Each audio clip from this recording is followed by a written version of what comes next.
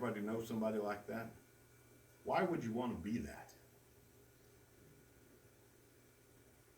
If you serve a God who loves you and cares about you, what do we got to be mad about? God's taught me anything in the past 2 years, 3 years, 48 years. If he's taught me anything in the past 48 years, it's been this. He loves me unconditionally.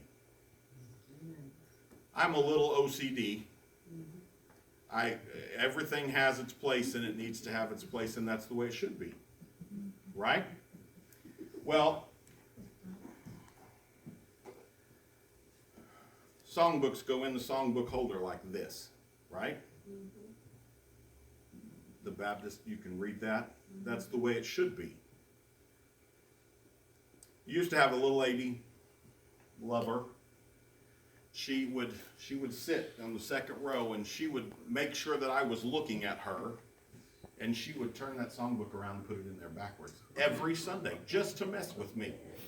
Now that's hateful. She would put, and then she would make sure that I saw that it was backwards, and she would put it in there, and then she'd sit back all.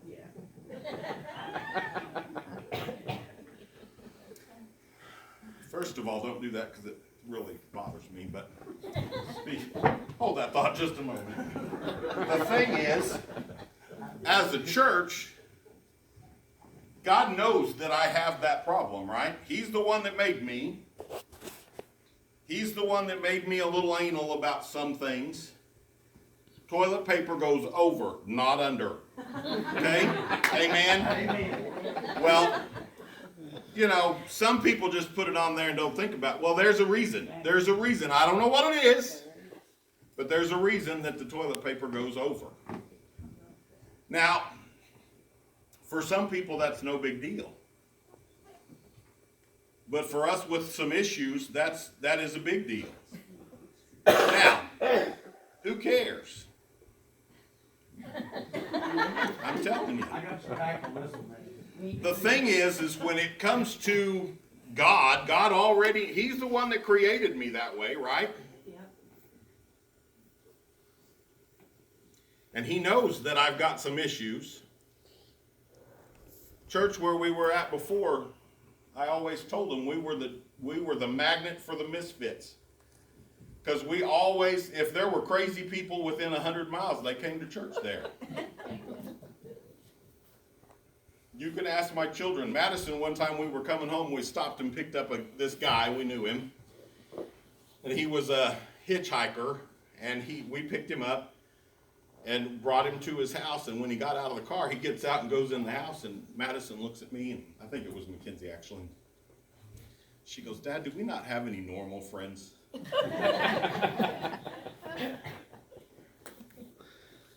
How are you going to love somebody to Christ if you don't even speak to them?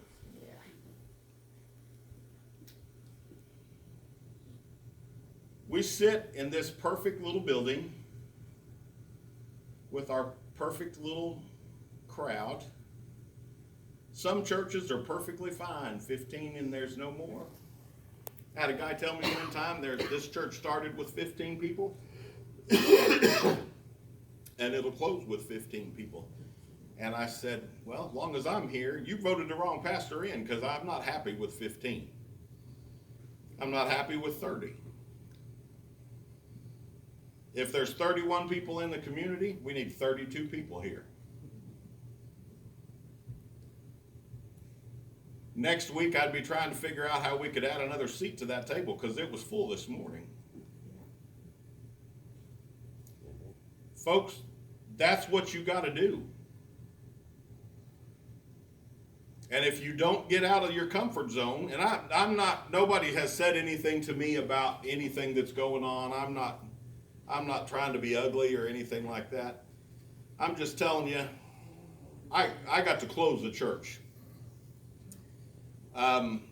With just recently, as a matter of fact, October the 9th was our last Sunday, and it ain't fun.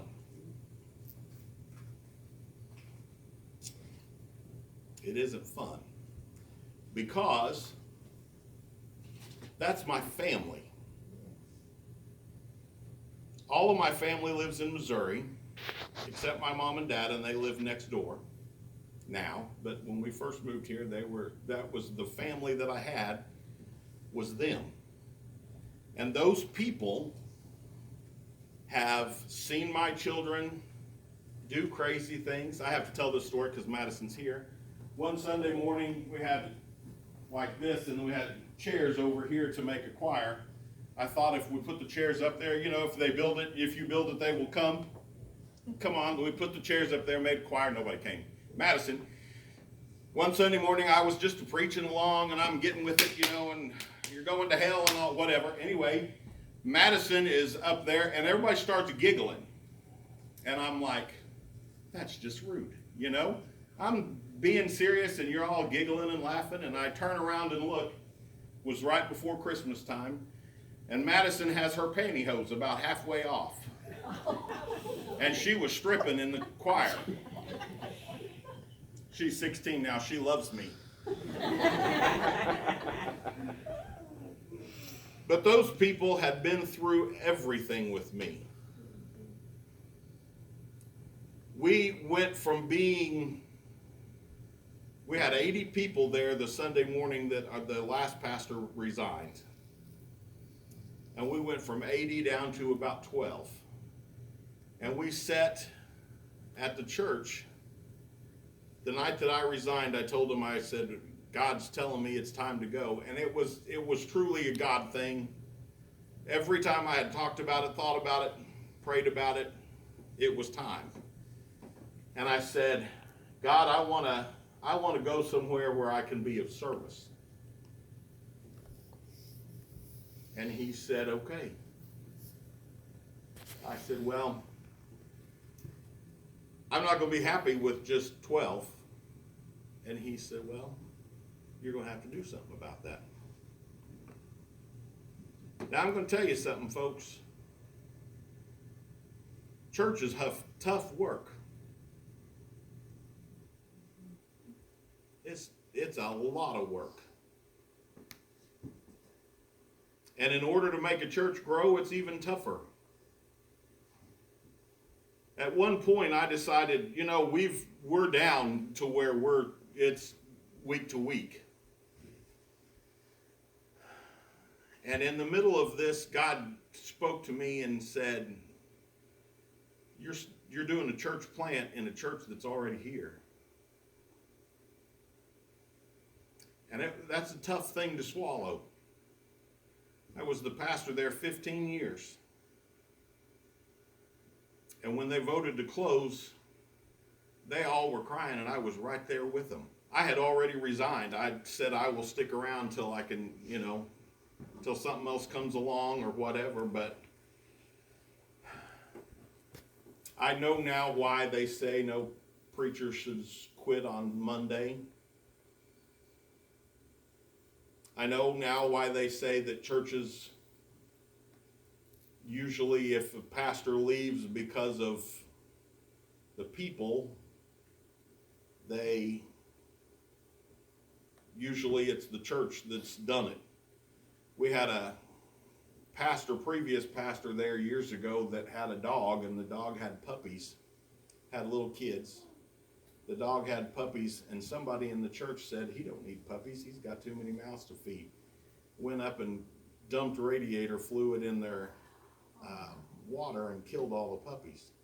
Now let me tell you something, folks. That ain't right. My dog's my problem, not yours. Right. And first of all, if you're a dog lover or not, whatever, but that just ain't right. You have to give your pastor a little room. Period. Just because he's growing just like you. Unless you all got it figured out, maybe you could impart wisdom upon him, but for the most part, we're all in this together. When you get the love thing down, and I'll tell you, I've been through the love thing.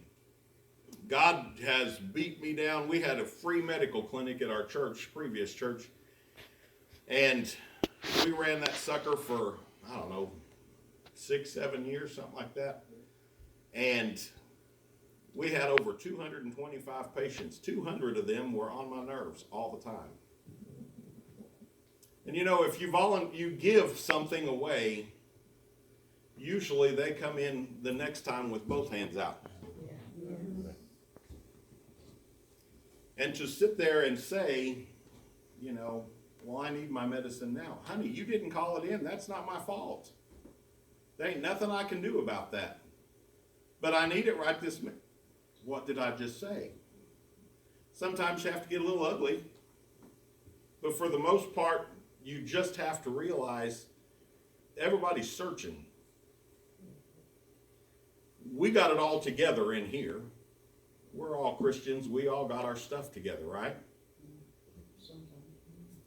No, we got it together all the time. You're a good Baptist. Come on now. We've never had any issues, right? Since I asked Jesus into my heart, 14 years old, I have not made a mistake since. And we're all so with it. And then you have a sinner come in who's desperately searching for Jesus, and they come walking through the door. Are they going to mess up? Yeah. And when they come back to church the next Sunday, if they come back to church the next Sunday, they're going to sit on the back row back there, and they're going to have their faces hid because they're not going to want you to know they messed up. Little community, I know word flies. Everybody will be sitting there going, oh, did you hear what so-and-so did? When that person is sitting back there and they've messed up, they're waiting on somebody to come give them a hug and say, it's going to be okay. We still love you. There are people in this community, I guarantee you, that are struggling. I'm not talking about money. I'm talking about spiritually struggling.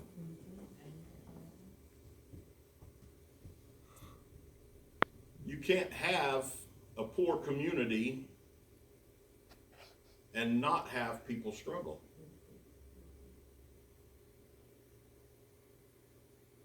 And if you do, something's wrong. Now, I've said on a church, I was the custodian of a church in Missouri. We averaged every single month when we got our business meeting minute thing, we'd have somewhere between $80,000 and $100,000 in the bank. Doesn't that sound sweet? Who's the treasurer? $100,000, wouldn't that be nice? Good Lord, let's go to Walmart. That's what I'm thinking. $100,000 in the bank. And we weren't planning for anything. We didn't have a building. It wasn't a building fund type thing. It was $100,000 in the bank just because. And if we got down to $80,000, we quit spending. Now, let me just say this, and for those of you who, I haven't seen your financial statement, so I don't know how much money you got, if you got any. But you got $80,000 in the bank and you ain't saving it for a reason, there's probably something wrong. That particular church, the chairman of deacons came in and said, we need to build a gym. We're in the middle of town, perfect place. We need a gym for the kids to play. I got a bid to build a metal building for $100,000. And it'll be finished. $100,000 and it'll be finished. We got $80,000 in the bank still. Okay? Church says, nope, we better think about it. Okay, now that's the first thing you want to just slap somebody, right? Second thing is this. We went to the mailbox later on that week, and there was a check in the mail for $80,000 and one for 20-some thousand, a little bit over $100,000 from two people that used to go to church there 50 years ago that now live in Florida. And they had both died and gave all the money they had to the church. Over $100,000 came in the mail. Now let me just say this. First of all, that's God going, wake up. Amen. 3 years later, we still didn't have a gym. We lost most of the kids that we had brought in. We were doing Awanas, which is an excellent program. And in that time that we did Awanas, we had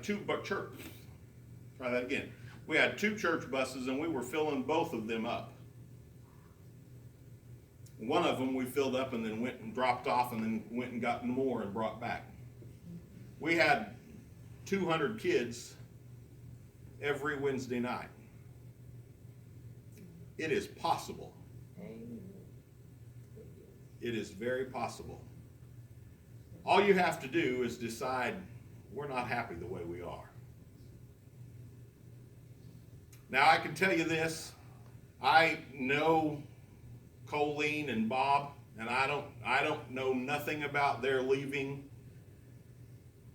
I don't know nothing about, I know just that they were house parents and that they left here, like retired or whatever. Nobody's going to replace them. Not possible.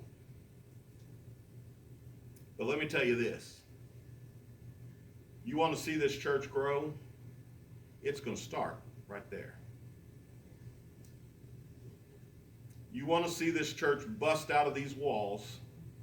You got $587 in the offering.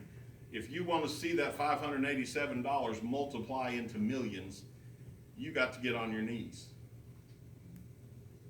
You got plenty of room here. You can go that way, you could go this way, wouldn't take much to add on.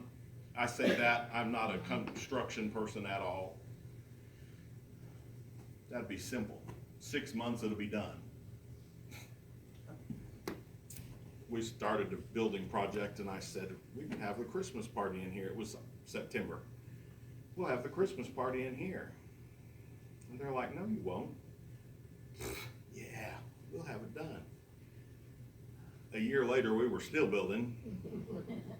And it was quite the joy. But anyway, I obviously know nothing about construction. I like to use a nail and hammer, but usually there's words that go with it that's probably not the best because I'm not very agile with my little fat fingers. But anyway, there's a possibility here. You have to love this community unconditionally, and you have to love the people through the front door. And if we don't get out of here and get them through the door, you're not ever going to get them here. Right? They're in, the words are up there. I didn't see that. Right there in verse 21, it says, God made him who had no sin to be sin for us, so that in him we might become the righteousness of God. There is a verse, I can't remember right off the top of my head where it's found. It's in Romans, I believe. But it says, God does not give us a spirit of fear. Now let me ask you a question. If it didn't come from God, then where did it come from? Yeah. If you got fear, are you having trouble back there, honey? I just said, I'm like, I know where it comes from. Sorry. You're all right. Listen, got to have a little laughter. But if God didn't give you a spirit of fear, then where did it come from? You boil all of your problems down to fear, right? We can take everything we've got. What if we can't pay the bills? That's fear. What if my car breaks down? That's fear. You got children. What if they didn't learn how to drive very good? It's fear. What if we have troubles and we can't pay the pastor? It's fear. Now let me tell you something, folks. The last 15 years, God has shown me over and over and over again, you're not supposed to have fear in your life. That's right. The Bible says it over 365 times. God does not know. Be joyful always, pray continuously. Be joyful. There is nothing that can happen to us, according to 2 Corinthians chapter 5. There is nothing that can happen to us that God hadn't already fixed. So we as a church have to sit back and say, if God isn't going to take us down, and what's the worst that can happen if that happens? God kills you off, what's the worst thing that can happen? That's not so bad. That's not so bad. You know? At least you don't have to get up and go to work tomorrow. Amen. Or you don't have to fight the snow. The thing is, God loved us enough that he sent his son to take care of us because he loves us. Period. And we don't have to worry about anything else. There's nothing in Scripture that says, well, it only works on the second Tuesday of the third month. God said, I will take care of you forever. And if you're one of mine, my wife preaches this verse at me all the time. Says, there's a verse that she yells at me all the time. You compartmentalize, don't you? What is that verse? That makes me so stinking mad.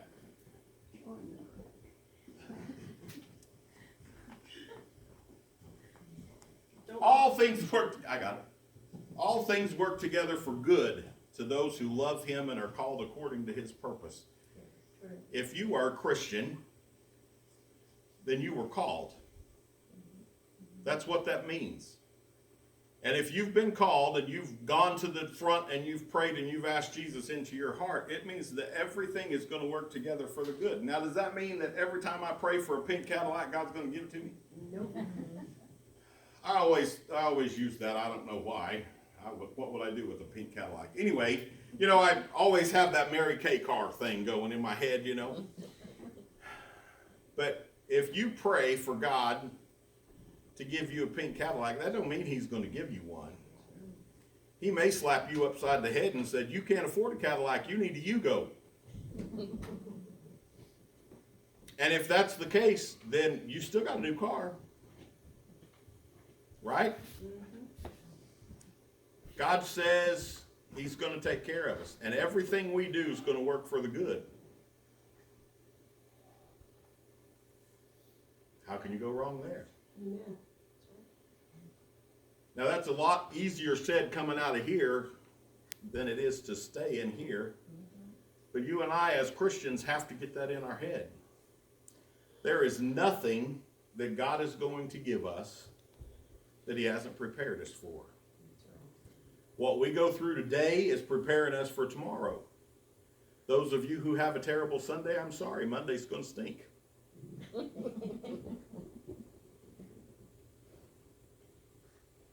But there comes a point where we realize, you know, Monday wasn't so bad. And as I've gotten older, I've realized nothing's really that bad. You know, I would have a very short temper, and I would get just irate mad just like that.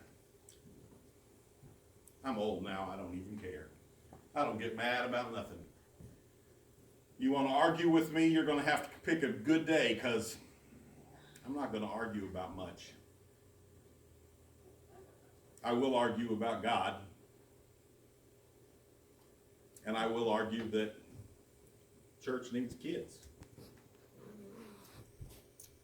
I had people tell me, well, I don't really like kids. And I'm like, well, then what are you doing here?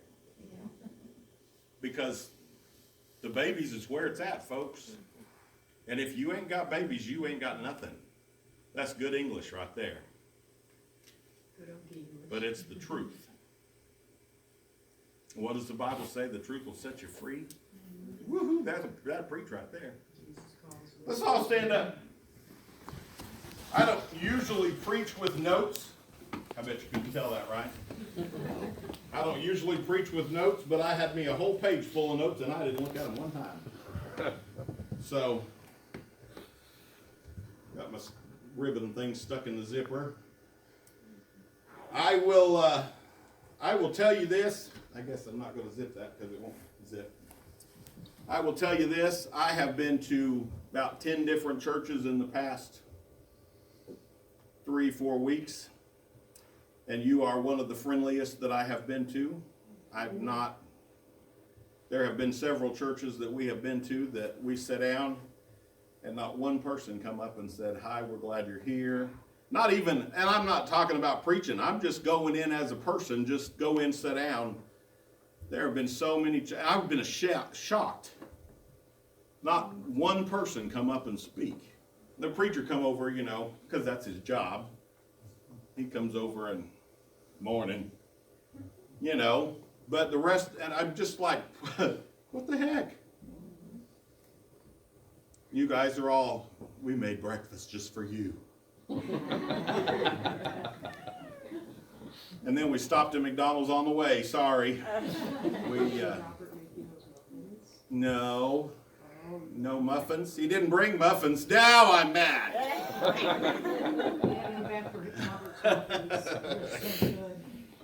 All right, you got an invitation?